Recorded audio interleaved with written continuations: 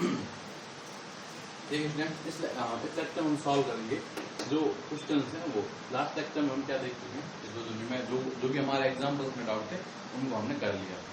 ठीक है, तो एक जो हमने सबसे लास्ट में क्वेश्चन करा था तो वहां पर त्रिज्या जो है, जो व्यास है वो 10 सेंटीमीटर था और त्रिज्या कितनी होनी चाहिए 5। तो हमने क्वेश्चन में क्या ना कि त्रिज्या को 10 ले लिया, तो उससे को फर्क नहीं पड़ता। क्वेश्चन का पैटर्न जो है वो कैसे सॉल्व करना है वो आपको समझना है।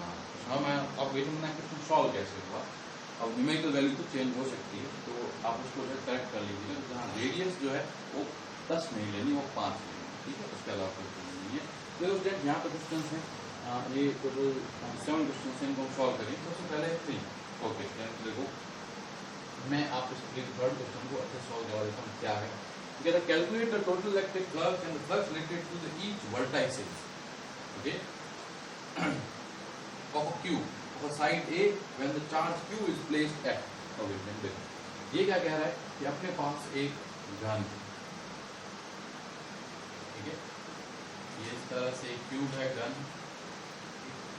आपको जो है ये बताना है कि भाई एक अपने पास Q आवेश को रखा गया है और Q आवेश को रखने पर अपने को 2 स्थितियां बतानी है।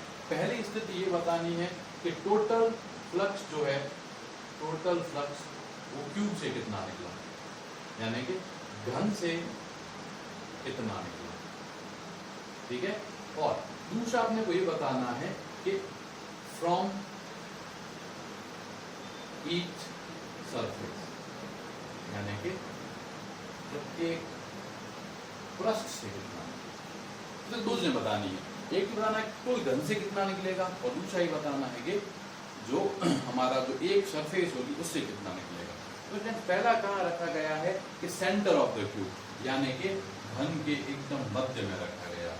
अब स्टूडेंट आपने अगर इस क्यू आवेश को घन के एकदम मध्य में रखा, ठीक है, तो अगर आपने इस क्यू आवेश को घन के एकदम मध्य में रखा तो जैसे मान लीजिए कि ये हमारा एक क्यूब है और आपने एकदम इसके बीच में रखा है अंदर की तरफ, तो पूरा का पूरा जो आवेश है वो अंदर, जब सेंटर के अंदर है तो सेंटर में है तो उसका मतलब क्या है कि पूरा का पूरा आवेश अंदर है। तो जब पूरा का पूरा आवेश अंदर है तो निकलने वाला फ्लक्स क्या होगा। तो गॉस का नियम क्या कहता है कि भाई जो भी सतह है, सतह के अंदर जितना आवेश है उसका एप्सिलॉन नॉट होना। तो पूरा का पूरा आवेश अंदर है, ठीक है, जब आपने केंद्र पर रखा है, यानी कि केंद्र पर रखा है, यानी कि सेंटर पर रखा है, तो इस कंडीशन के अंदर टोटल घन से कितना निकलेगा, Q अपॉन एप्सिलॉन। ठीक है, पूरा का पूरा जो आवेश है वो घन के अंदर है, जो पूरा ही आवेश घन के अंदर है तो घन से निकलने वाला फ्लक्स कितना हो जाएगा, Q अपॉन एप्सिलॉन। अब क्वेश्चन है प्रत्येक पृष्ठ से कितना निकलेगा। देखो ये जो यहाँ पर जो ये आवेश है, ये आवेश कितने समान पृष्ठों से गिरा हुआ है, 6 समान पृष्ठों से गिरा हुआ है। हाँ, यानी 1 2 3 4 5 और 6। अब एकदम बीच में रखा गया है तो प्रत्येक से समान निकलेगा। और समान कितना निकलेगा, देखो Q upon epsilon not total निकल रहा है, तो 1 से कितना निकलेगा, Q बटा 6 एप्सिलॉन। भाई टोटल निकलने के लिए Q अपॉन एप्सिलॉन नॉट है। अब 6 के 6 जो पृष्ठ हैं वो समान है, समान दूरी पर है, समान पृष्ठ हैं, तो उससे जो प्रत्येक से निकलने वाला कितना हो जाएगा, Q अपॉन एप्सिलॉन नॉट। ठीक है, जितना भी है उसको टोटल के अंदर डिवाइड कर देंगे, इतना टोटल फ्लक्स निकल रहा है, इसको 6 भागों में अपन डिवाइड कर देंगे। अब आगे वाले गौर से देखना, ये है कि at the end of the cube, ठीक है, यानी कि ये कह रहा है कि देखो एंड का मतलब है किनारे पर, ठीक है, ठीक है, यानी कि ये है कॉर्नर है, क्या कॉर्नर। अब देखो स्टूडेंट गौर देखना, सेकंड स्थिति में ये क्यूब जो है वो यहाँ नहीं रखा हुआ, ये इस कॉर्नर पे रखा हुआ। तो फ्रेंड क्वेश्चन है कि अगर इस कॉर्नर पे रखा हुआ है तो इस क्यूब के अंदर कितना है, क्या ये, अब देखो क्या अब ये पूरा का पूरा जो ये अपना है चार्ज है वो इस क्यूब में है, नहीं है। ऐसा क्यों, गौर से देखो। जैसे मान लीजिए इस क्यूब को अपन 2 डायमेंशन में बनाते हैं, तो देखो आपको ये बोला गया है यहाँ।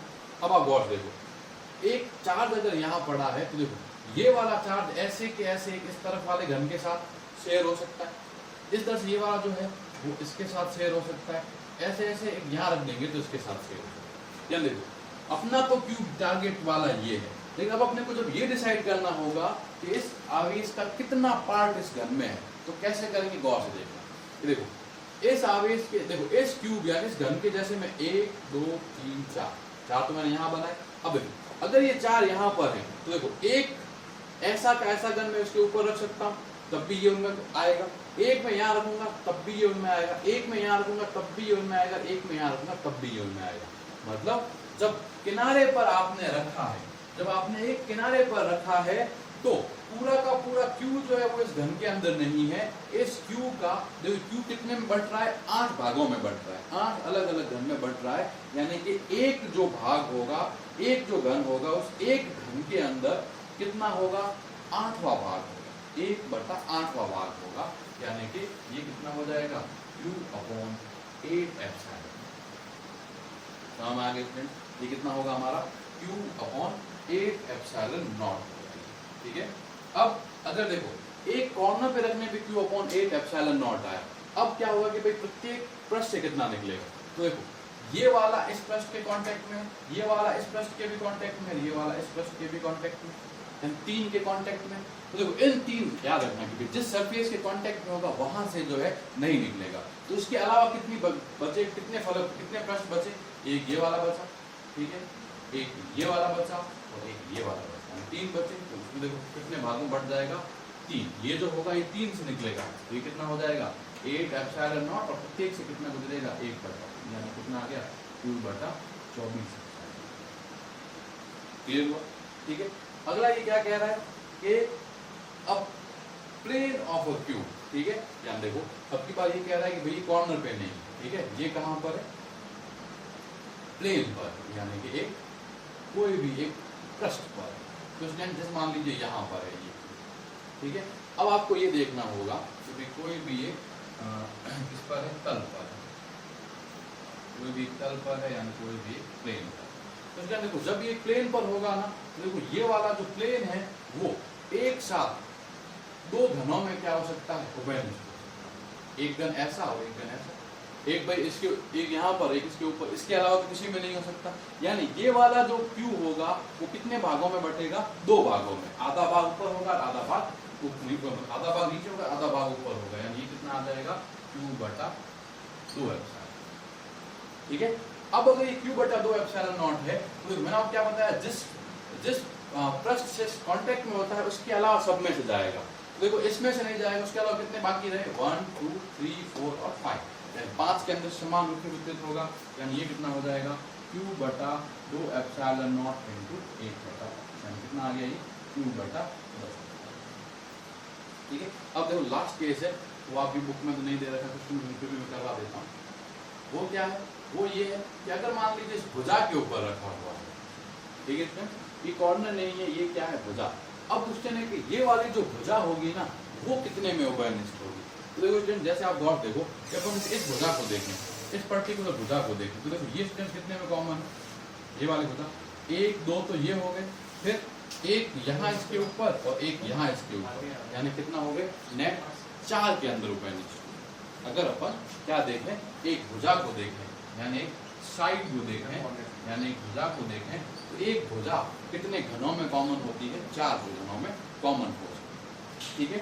अब अगर यहाँ पे है Q तो ये कितने में बटेगा, क्योंकि ये भुजा 4 में कॉमन हो सकती है, 4 में बटेगा, यानी ये कितना आ गया Q/4 आ गया Q/4 अब अगर ये Q/4 जो है वो कितने में, वो क्या है, वो तो टोटल घन से निकलने वाला फ्लक्स है। अब देखो ये वाला Q एक तो इस सतह के कांटेक्ट में है, एक इस सतह के कांटेक्ट में, देखो 2 के कांटेक्ट में पीछे कितनी बच गई, 4 सतहें बच गई। तो अब क्या होगा, चारों से इक्वल डिस्ट्रीब्यूट होगा, तो चारों से इक्वल डिस्ट्रीब्यूट होगा तो ये कितना हो जाएगा Q/4 का 1/4 भाग, यानी कि Q/16।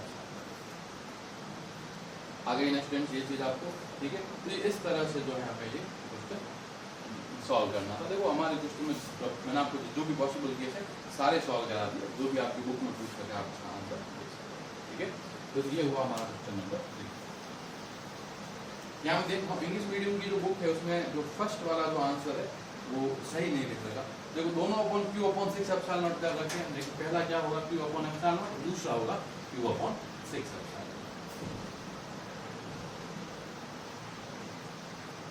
नेक्स्ट है क्वेश्चन नंबर 4। ये कह रहा है electric field intensity at distance 20 centimetre from the centre of the sphere is 10 volt per metre, the radius of the sphere is 5 centimetre. ठीक है, determine the electric field intensity at a point 8 centimetre from the centre of the sphere. ठीक है, तो radius of the sphere is 5 centimetre, ठीक है। अब देखो ये अपना दे रखा है 5 सेंटीमीटर, ठीक है। अपने को यहाँ पर एक पॉइंट है 10 सेंटीमीटर पर, यहाँ पे अपने को ई पता है, तो ये यहाँ पे 10 सेंटीमीटर पर है ना, यहाँ अपने को ई पता है तो हम E1 बोल देते हैं। और यहाँ से 8 सेंटीमीटर पर एक दो पॉइंट है, यहाँ पर दूसरे से तीव्रता कितनी है E, ये अपने को पता है। अब फ्रेंड्स मुझे क्या पता है कि E1 जो होगा, जो E1 जो होगा वो क्या होगा, E1 होगा k क्यूब बटा 10 × 10 की घात -2 का स्क्वायर, ठीक है। और जो E2 होगा वो क्या होगा, k क्यूब बटा 8 × 10 की घात -2 का स्क्वायर, यही होगा, आया नहीं। 20 सेंटीमीटर फ्रॉम द सेंटर, ये 10 नहीं है, कितनी है 20, ठीक है, 10 की जगह 20, ठीक है। Determine intensity at 0.8 centimetre from the centre, ठीक है। अब आप क्या करो, दोनों का भाग दे दो, मतलब E2 के अंदर आप E1 का भाग दे दो। देखो KQ से तो KQ कट गया, E2 में क्या आएगा 1 अपॉन, देखो ये क्या हुआ 8 × 10 की घात -2 का स्क्वायर भाग 1 बटा 20 × 10 की घात -2 का, ठीक है। तो ये ऊपर चला गया, ये ऊपर तो कितना हो गया 400 × 10 की घात माइनस का बटा कितना आ गया, ये आ गया 64 × 10 की घात माइनस, तो उससे तो कट गया, ठीक है। तो E2, ठीक है फ्रेंड्स, E2 जो होगा वो किसके बराबर आ जाएगा, और देखिए ये हमारा आ जाएगा क्या, ये आ जाएगा 400 अपॉन 64 × E1, ठीक है। तो देखो E1 का मान कितना दे रखा है 10 वोल्ट प्रति मिनट, ठीक है, यानी कितना हो गया, ठीक है। अब आप इसको सॉल्व कर लेंगे तो जो आंसर है वो आपका आ जाएगा, आगे समझ में आसान है, जो भी था जो क्या लगाएंगे ये लगाएंगे। तो याद रखना कि जब भी अगर अपने को E1 अपॉन E2 का अनुपात निकालना होगा ना, तो ये R2 स्क्वायर बटा R1 स्क्वायर ऐसी टर्म बन जाएगा। मतलब एक ही गोले के लिए या एक ही आवेश के लिए दो अलग अलग दूरियों पर अगर विद्युत क्षेत्रों की तुलना करनी होगी ना, तो E1 अपॉन E2 क्या हो जाएगा R2 square upon R1 square, तो वो क्या त्रिज्या के व्युत्क्रमानुपाती है, ठीक है।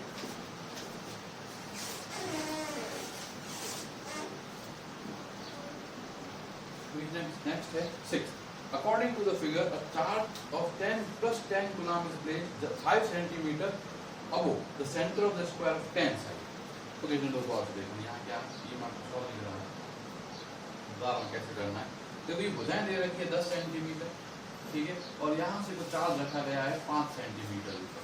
अब आपको बताना है इससे निकलने वाला फ्लक्स क्या होगा। तो फ्लक्स हमेशा जो है, याद रखना, फ्लक्स जो है उसकी गणना हमेशा बंद सतह से की जाती है, आवेश दे रखा होगा। तो आप क्या करो कि पहले आप एक ऐसी आकृति बनाओ जो कि इस 10 सेंटीमीटर वाले आप वर्ग पे बना सकते हो, यानी कि आप 10 सेंटीमीटर स्क्वायर वाले पे क्या बना सकते हो, एक 10 सेंटीमीटर वाला क्यूब बना सकते हैं, अपन बना सकते हैं कि बना सकते हैं। अब देखो 10 सेंटीमीटर वाले क्यूब के 10 सेंटीमीटर वाले क्यूब के लिए 5 सेंटीमीटर ऊपर कहाँ पर होगा, सेंटर पर ही होगा, यानी अपना जो आवेश है वो कहाँ रखा हुआ है, केंद्र पर रखा हुआ है। जब अभी अपन देखा केंद्र पर अगर आवेश रखा हुआ हो तो एक भुजा से, सॉरी एक पृष्ठ से, यानी कि एक जो ये प्लेन होगा इससे कितना निकलेगा, इससे निकलने वाला कितना होगा Q/6 एक अपन देखा ना कोई सेंटर पर रखा हुआ हो तो कितना होता है Q/6 तो बस Q/6 और क्या करिए Q का मान आपको दे रखा है 10 माइक्रोकूलम,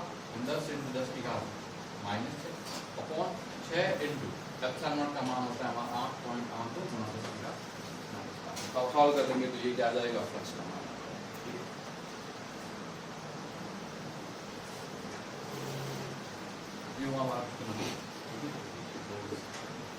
अब है 8 two metallic surface of area 1 centimeter square are placed at 0.5 meter parallel to each other, ठीक है, both have the magnitude of the charge but opposite in the direction. Now the electric field between them is 55 volt per meter. Then what would be the charge on the each plate, ठीक है, metallic surface, ठीक है, यानी कि ये तरफ दे रखा है, पृष्ठ दे रखा है, ठीक है। तो जैसे मान लीजिए कि यहाँ पर ये प्लस है, ठीक है, और इस तरह से यहाँ पर, और इसके ऊपर क्या है माइनस। तो देखो बीच का कोई पॉइंट है, तो देखो बीच वाले पॉइंट पर इसके कारण किस तरफ होगा क्षेत्र, इसके इस तरफ, तो इस पहले कारण क्या होगा दूर की तरफ, और इसके कारण भी किस तरफ होगा इस तरफ, तो इस पॉइंट देखेंगे तो किस तरफ होगा इस तरफ, यानी कि नेट जो इलेक्ट्रिक फील्ड हो गया वो किसके बराबर हो गया, वो हो गया हमारा E1 प्लस E। अब एक सरफेस इलेक्ट्रिक फील्ड का फॉर्मूला क्या होता है, sigma upon 2 epsilon not plus sigma upon 2 epsilon. अब तो तल दे रखा है, एक सतह दे रखी है, कितना होता है सिग्मा अपॉन 2 एप्सिलॉन। तो अब लगा दीजिए, तो अब ऐड करते कितना आ गया सिग्मा अपॉन एप्सिलॉन नॉट, इसको किसके बराबर दे रखा है E, तो सिग्मा का मान किसके बराबर आ गया एप्सिलॉन नॉट इनटू E, तो अपने Q निकालना है तो Q किसके बराबर हो जाएगा सिग्मा इनटू A, यानी कि एप्सिलॉन नॉट इनटू E। अब आपको सारे मान पता है, आप क्या कर लीजिए इसको पुट कर लीजिए, ठीक है। A का मान 1 मीटर स्क्वायर है, ठीक है, इनकी दूरी का कोई फर्क नहीं पड़ेगा यहाँ पर। विद्युत क्षेत्र का मान आपको दे रखा है 55 वोल्ट प्रति मीटर, ठीक है, और एप्सिलॉन नॉट का मान जो वो पुट कर लीजिए तो आपका आंसर।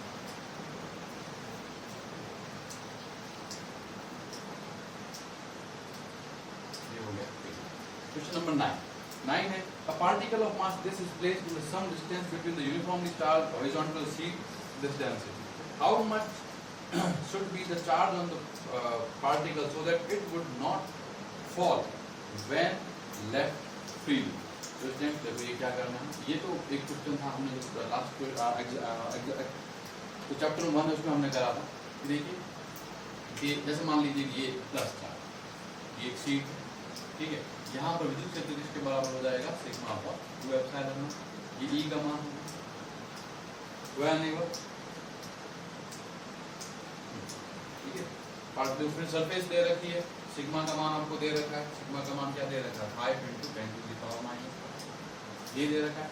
अब देखो यहाँ पर अपन ने ये चार्ज रख रखा है प्लस Q, तो देखो प्लस Q पर ऊपर की तरफ ये भी धनावेश है, भी धनावेश है, कितना बल लगाएगा E × प्लस रहेगा, E का मान अपने को पता है, सिग्मा का मान है, एप्सिलॉन नॉट का मान पुट करना, और नीचे की तरफ कितना लगेगा mg, तो देखो अगर ये गिरेगा नहीं इसका मतलब EQ किसके बराबर होना चाहिए mg, यानी Q किसके बराबर आ जाना चाहिए mg अपॉन E। E का मान यहाँ से निकालना, m का मान दे रखा है, g का मान 10 है, आप पुट कर देंगे आपका आंसर आ जाएगा, ठीक है।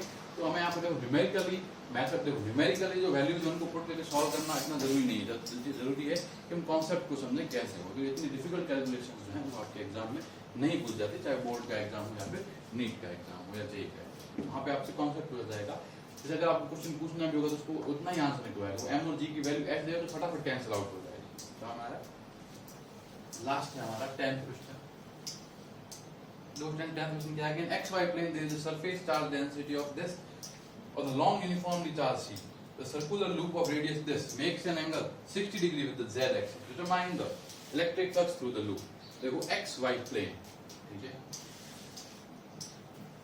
देखो xy plane का मतलब हुआ ये ऐसे, ठीक है, ये है x, ये है y, ठीक है। अब देखो xy plane का जो इलेक्ट्रिक फील्ड है वो किस तरफ है, ऐसे एकदम आउटवर्ड, तो हम आगे एकदम क्या होगा ऐसे बाहर की तरफ आता है, और ये अपना क्या है z एक्सिस, ठीक है। अब ये क्या कह रहा है कि z एक्सिस में एक 0.1 रेडियस का और z एक्सिस के साथ 60 डिग्री का कोण बनाते हुए क्या है कि सर्कुलर लूप और radius 0.1 makes an angle 60 degree with z axis. अब देखो एक z एक्सिस के साथ जो है यहाँ से कितना कोण बनाते हुए 60 डिग्री का कोण बनाते हुए क्या रखा गया है, अपना एक सर्कुलर लूप रखा गया है।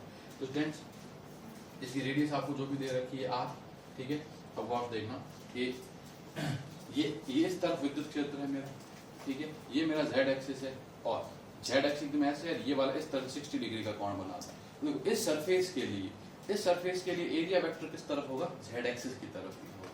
तो ये लूप है, इसके लिए एरिया वेक्टर किस तरफ होगा, z एक्सिस की तरफ ही होगा। तो इस कंडीशन में अपने को थीटा का वैल्यू कितना दे रखा है 60, देखो थीटा का वैल्यू कितना हो गया 60, E का वैल्यू अभी भी कितना हो गया सिग्मा अपॉन 2 एप्सिलॉन नॉट, कोई दिक्कत नहीं है। रेडियस अपने को पता है, यानी क्षेत्रफल किसके बराबर हो गया पाई r स्क्वायर, तो निकलने वाला फ्लक्स किसके बराबर हो जाएगा E × A × cos। तो बस आप क्या करिए, ये वाली सारी वैल्यूज पुट करके आपका आंसर होगा, ठीक है। तो ये स्टूडेंट ये जो है आपके चैप्टर नंबर 2 में जो भी डाउट्स थे उसको हमने सॉल्व कर लिया है।